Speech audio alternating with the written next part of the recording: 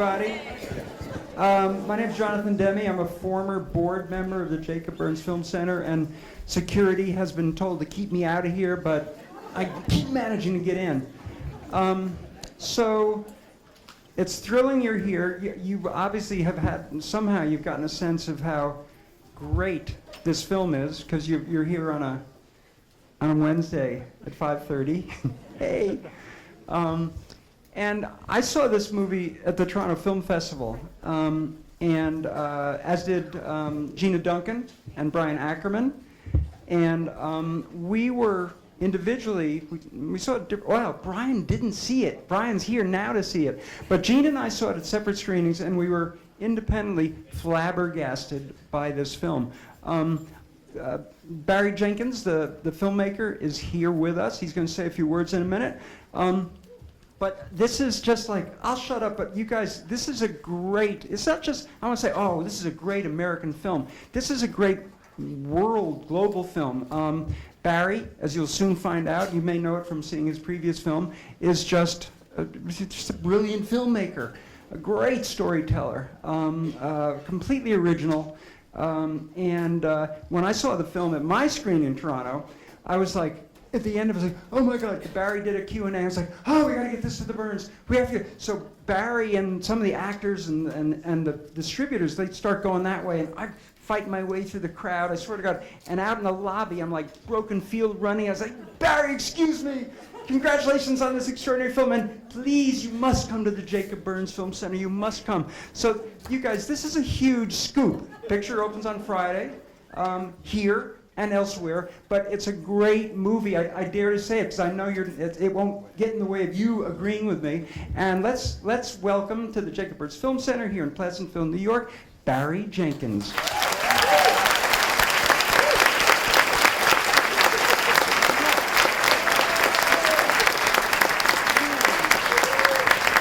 It's all true. Literally, I'm running, I'm like hurrying to do some press after the screening. It's like a Sunday morning, and I just hear this voice, Barry, Barry! And his arms are like this. But the best part was, during the Q&A, I'm up on stage, and this hand shoots up. And this guy stands up, and he asks a question about the music. And before I can answer, Cameron Bailey, who runs the Toronto Film Festival, he goes, wait, is that Jonathan Demme? And I looked, I was like, holy shit, it's Jonathan Demme. And it took me a while to answer the question, but I was just amazed that someone so ridiculously fantastic in the medium I work in had taken the time on a Sunday morning at 9 a.m. To come and see this film, which at that point was just another one of these films that kids make about where they grew up. So I thank you so much. A round of applause, Mr. Demme, because I have to honestly say, I don't know that the Burns Center was on my radar before I was chased down at the Tip Lightbox by Jonathan Demme. But the film is a coming-of-age story. It was written, it's based on a play by Tarell McCraney, who's a MacArthur genius, I like to remind people. The play was called In Moonlight, Black Boys Look Blue. And the place we grew up, Liberty City, it's like the Compton of Miami. Black boys do sometimes become very, very blue. And we wanted to make a movie that showed the process of how that happens. I hope you guys enjoy the show. Tarell will join me afterwards with Darnell Moore for an interesting, I'm sure, Q&A afterwards. And I just feel so blessed to be here, and I hope you guys enjoy. Much love.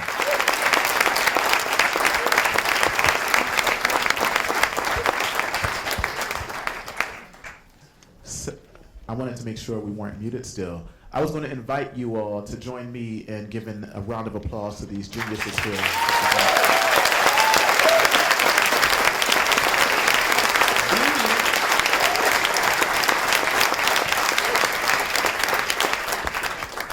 I could talk for a long time about this film, so I did narrow my questions down to about 2 or 3.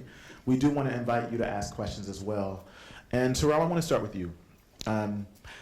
So this is a story that is largely inspired by a play that you wrote, the play which is also largely inspired by some aspects of your life.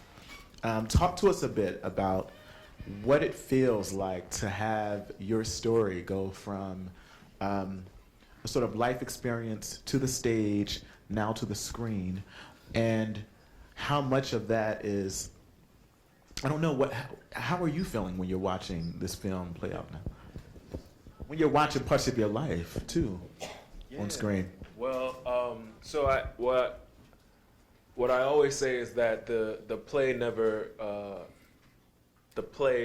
was a play, because it always was me writing down experiences in a very visual manner, trying to connect and put parts of pieces of my life together.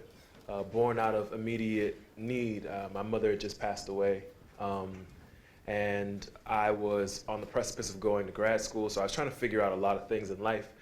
Basically going back through my childhood and putting them together in a kind of way to figure out what was next. Like a kid in a lab, I guess. And what's interesting about that is that I never really, again, I saw it in my head, putting those images down and creating the story for In Moonlight, Black Boys Look Blue.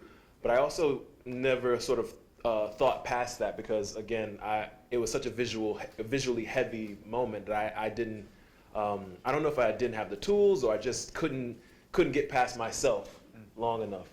And then something miraculous happened. I graduated from. That is miraculous. I graduated from grad school, and some friends of ours at the Borscht Film Festival asked for a piece for me. I gave them In Moonlight, Black Boys Look Blue. And they were like, the scale of this is probably more than we can handle. And they were working with Barry, who had already created a seminal work, Medicine for Melancholy. And they were working with him on a short, and said to Barry that this piece was something that he might get into. And he read it and sort of began the conversation. Now, I have to skip all of the good stuff in the middle, because Barry tells us way better than I do. But afterwards, when we got to this point, I saw the film and I thought, and I still think, and I said it the other day to my friends, there are moments that are so searing in the piece that mirror the moments in real life so much that I will now I'm gonna have to try to figure out which is which for the rest of my life. And I'm serious, there are real moments where I'm I really am kind of wait, I remember this way, but the image is so powerful, it's also with me in the same way. It evokes the same feeling and reaction. Thank you. My pleasure. Barry, Hilton Alls wrote a stunning review of Moonlight, and one of the things, the title, you all have to read it, but he says the film undoes our expectation. And I think there are many ways that the work does that. It's folk, I think, come thinking that this is a, quote, black gay film, a film about a black gay actor, and you find out it is much more than that, don't you? You find out that it is complicating the ways we've come to think about black masculinity, about queerness, and even challenging us to think about the humanity of characters that we would love to hate. So we fall in love with, or we think that this character who's a drug dealer, because in our minds, black male drug dealers absolutely have to be horrible people 100%, turns out to be sort of a protagonist in the life of young Sharon. So talk to us a bit about, speak to us about the sort of, and maybe, I'm sure you're aware of this, but the film is clever in turning our expectations. Talk a bit about that, how it evades even the expectation of the audience. Yeah, it wasn't ever the point to try to defy or reinforce expectations. It was always the point to try to be authentic to the world and the characters Tarell had created, and to show, all sides of these people. It's funny, I was having a conversation with friends, and the conversation was, a black drug dealer is only ever a black drug dealer. That's his edge. That's the barriers of what he's allowed to be. And this whole piece was rooted, and pardon me if I'm speaking out of turn, in Tarell's actual friendship, this actual paternal sort of relationship he had with this black drug dealer, who was the only person in the neighborhood who would take up and take care for Tarell. And because it was rooted in such a truth, it was important to me to really depict that truth by one, casting an actor who's as charismatic as Mahershala Ali. And it's great because Mahershala is known for Remy Danton, on House of Cards, and now this. And he's the same person, he's both these people And the difference between Remy and Juan is just circumstance.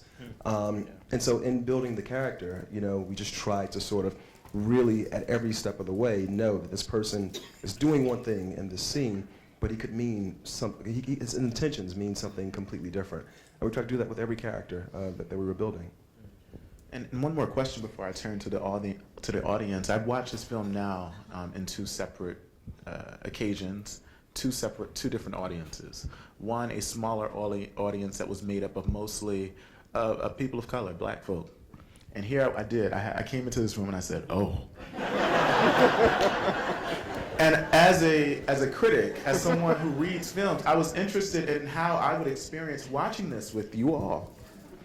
And I had a different experience because I was so nervous that you would read into the characters, I'm talking to you all, like a type of sort of pathological, a cultural pathology in the blackness of the film, in the black experiences. Until the film challenged me by revealing that it's really helping us to see the humanity, these humanizing aspects, and even the things that, you know, it's not a preachy film. But without talking about the prison industrial complex, it shows you that it's alive and well. Without talking about entrenched poverty, it shows you what it does in the lives of people. So I just wanted to get you to the comment on that. A bit about how the film, I think, is going to, how it might be read differently. You know this already, by different audiences. But do you find your experiences when you're showing in different places to be vastly different? No, I'm learning a lot about the film as we go on this journey. I will say, you know, we showed it in Miami, we showed it in Atlanta over the last 2 days, you know, which was very different than the first 2 places we showed it, which was Telluride, Colorado,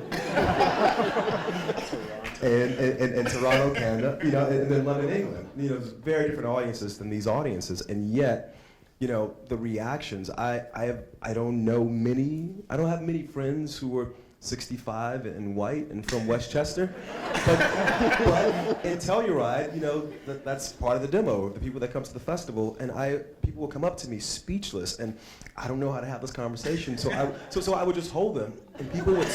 No, I'm dead serious, not lying, bro. People would sob in my arms, just sobbing because they were so moved by the character. And I imagine, you know, what that is. It's just, you know, Tarell and I had one objective, you know, which was let's tell a story about a guy who's from a neighborhood whose mom is going through an ordeal, and let's drill down into that. And I think in that specificity, anyone who's from a place with a family, from a town that went through a certain ordeal, they can relate. And I think people are seeing the characters. Now, what you bring to it, sort of like, you know, it determines what you're actually seeing. Yeah. But what I hope is, because these characters have multitudes, there's so much to be seen. No. I mean, it's different for me because, you know, again, very, very. Sorry. He's used to using his theater voice. Yeah, exactly. I'm used to just projecting. So, one of the things that Barry talks about is that he sometimes has the ability to be a little objective about the film, and I am still waiting for that to happen for me. It is still the most beautiful film I've ever seen, with the most beautiful actors I've ever seen, made by incredible genius director who understands sound and movement in a way. I mean, and all of those things. And so normally, by this point in my life with a piece that I'm a part of, I'm like, yes, what? In the second act, this happens, and you know, we could have done that a little better. But I'm not there yet. I'm still gasping for air during certain scenes. So I can't comment, except for the fact that I know that my dad, who saw the piece in Miami, staggered out of the theater and kind of mumbled to me and he walked away. And I mean, I can only imagine how hard it is for him to watch the film for a number of reasons. So. Thank you both. I do want to open up space for the audience members to ask questions. Do we have a mic roaming? Hi. I just wanted to ask if Sharon, when he hit the boy over the head with the chair, which the boy deserved, did he have to go to prison for that? He did. Oh, sorry. Yes. How many years was he in prison? I won't say years, but and it wouldn't be prison. It would have been juvie, and then he would have aged out of juvie into maybe 1 or 2 years in Gen Pop. I was glad he hit him over the head with a chair. It's a reaction that, and talking about different audiences, depending on where we screen it, it either gets applause or it gets these huge groans, you know. And exactly, and I think Hilton hit on it quite well, which is, you know, the revenge. It gets the kid who's struck by the chair, but it also gets him in a certain way too. Because you recognize, I mean, it's so true. It's so true because no, I didn't hit the kid with a chair. What I did, I got away with, right? But wait, what did you see what I just did? Yeah. What did you do? The statutes of limitations are over. So. But at the end of the day, the revenge enacted itself on. I mean, he then decide. I mean, who does he become after that? I mean, who does he have to be after that? Who is he? He's building his church on that one action, and what a corrupt church it is. You know what I mean? It doesn't allow him to. So the sweetness and the juice of that sort of one moment doesn't mete out the exact revenge that he's looking for. It never does. It never does. Although the act of not doing it also stays with you too. Mm-hmm. It sort of haunts you either way. So. Did you clap when he smashed the chair? Yeah. I did. Okay. Another question. Right here. Yeah. Thank you. First of all, wow, bravo, Thank you. the humanity, the interpersonal connections. No matter where you grow up, as a former teacher in the Bronx, boy, I've seen this, and it's just growing up is so hard. It doesn't matter where you are. But I want to know, because you gathered the most brilliant of brilliant actors, many of whom I've seen, like the Nick, Andre Holland, you know. As you got this project, did you have these people in mind? No, to be honest, like none of them I had in mind. Our casting director, a woman named Yessi Ramirez, was just amazing. We had a casting director we were working with before her, and typical of many things with this film, Yessi, she had assisted some really big casting directors. This is one of her first things she did on her own. But what I loved about her was she was born and raised in Miami, and so she got the material. And when Tarell and I first began speaking, you know, one of the decisions we made was that we were going to tell this story in these chapters, you know, rather than trying to string together 80 moments over the first 30 years of this guy's life that we tell, you know, very quickly. I was like, well, let's take 3 really big moments and tell them very slowly. And I wanted to cast different actors to play the main character, because, you know, so much time passes between the chapters that the world has created a different person. So we will cast different people to play the same person. And we were just looking for, this is a book by Walter Murch called In the Blink of an Eye. It's one of the first texts that I read about filmmaking when I was in film school. And Murch says the eyes are the window into the soul, especially in cinema. When you have a cut, you're breaking the connection between the audience and the actor. So I felt like if we could find actors with the same eyes, the same feeling in their eyes, that we'd have this continuum across the 3 chapters. So if you see the poster when you're coming in, I think you can see those three guys, they have the same eyes. I think everybody is agreeing, like, yeah, I didn't realize that, but it's true. And so once we cast them, then it was about trying to, again, like you said, build this world around them, this community, you know, and we were, again, looking for this feeling from all the actors. And I will say, you mentioned Andre Holland. Andre's the one person who I should have thought of originally, because he and Tarell go way, way back, and he had actually read the piece before I did, so. Hi. This isn't something that's spoken about in the film at all, but right from the start, from the way that the young Sharon reacts to the banging on the door and like some of the light coming in, I couldn't help but wonder if throughout he's supposed to be portrayed as, or like he could be read as being on the autism spectrum at all, because throughout the movie there are a lot of little things like, especially as a child and as a young man, he does not make eye contact very much. Some of the times where he's sort of spacing out or zoning out, tuning things out, seems very reminiscent of like sensory overload or things like that. Well, I would say sensory overload, yes. And communication deprivation, yes. Absolutely. But autism, no. No, I think it's more just the way the environment, this constant sort of like either lack of a connection, you know, or the over. And he's an empath, right? So Michael. he's an empath. Sorry, and people who are that sensitive are often trying to shut off stimuli from all sources, and so it sometimes actually. It's funny, my youngest brother was tested for autism because of it. He's highly sensitive to everything going on, and light, sound. But yeah, I can see how one would read that, because that kid he's a lightning rod for it. He can test the mood. Clearly he's intuitive beyond belief. I mean, he's asking questions or coming up with questions that have all of the adults around him kind of dumbfounded, right? But I think I think in that way we are also showing a part of our community that we don't talk about, which is the people who are the listeners. And Barry can speak more to this than me. Being the experience of being the sort of quiet one in the corner doesn't often always give you solace and or safety. And just to add on to that, I'm interested in you offered us various ways to think about Black masculinity. An empath and feeler are not often descriptors that come to mind when folk think about Black men. But here we see sort of Black characters who express this sort of Black masculinity in these very soft ways, even when they're presented in a hard body. Which I'm not sure if this is something that you were cognizant of, but Yes. okay. Yeah. I mean, casting Trevante as Black in the third story, it was a leap. You know, I never imagined. I mean, in the script, he's meant to be hardened, you know, but this was like visually, like physically, just like the embodiment of everything that you're talking about. And yet, when he came into audition, he actually auditioned for the part that Andre Holland ends up playing. You know, he wanted to be Kevin, which was ridiculous from the very beginning. but out of respect, I was like, I'm going to allow you to audition.